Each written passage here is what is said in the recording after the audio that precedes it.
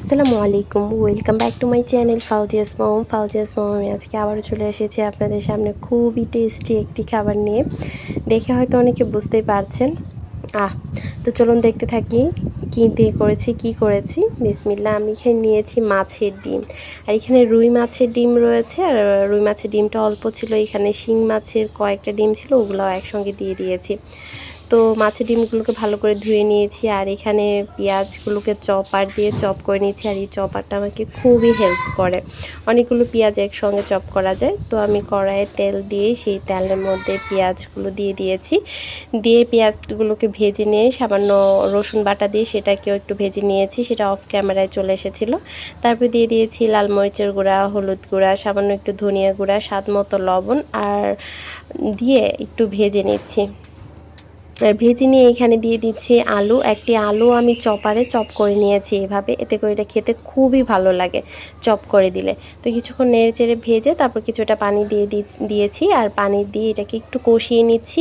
আর এইদিকে আমি ডিমগুলোকে একটু ভালো করে চটকে নিয়েছি, এতে করে কিন্তু ডিমটা খুব ভালো করে মিশে যায়।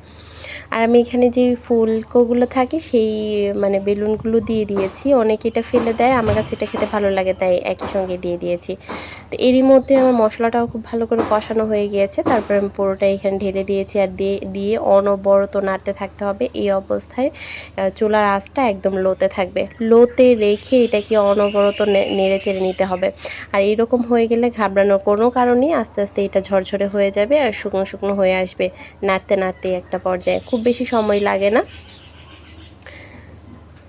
দেখুন অলরেডি এটা চেঞ্জ হয়ে এসেছে।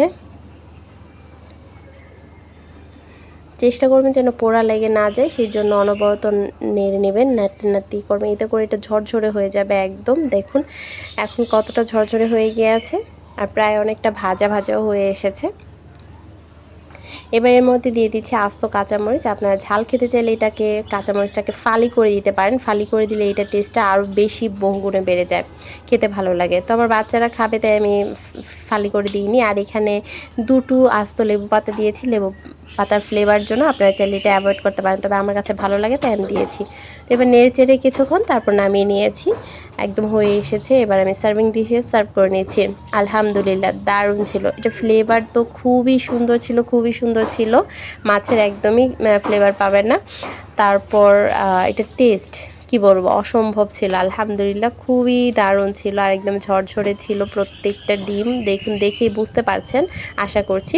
আর আমার ভিডিওগুলো যদি আপনাদের কাছে ভালো লেগে থাকে, প্লিজ লাইক কমেন্ট শেয়ার করতে ভুলবেন না। চ্যানেলটিকে সাবস্ক্রাইব করে পাশে থাকবেন। ধন্যবাদ সবাইকে, ভালো থাকবেন সবাই। আল্লাহ হাফেজ।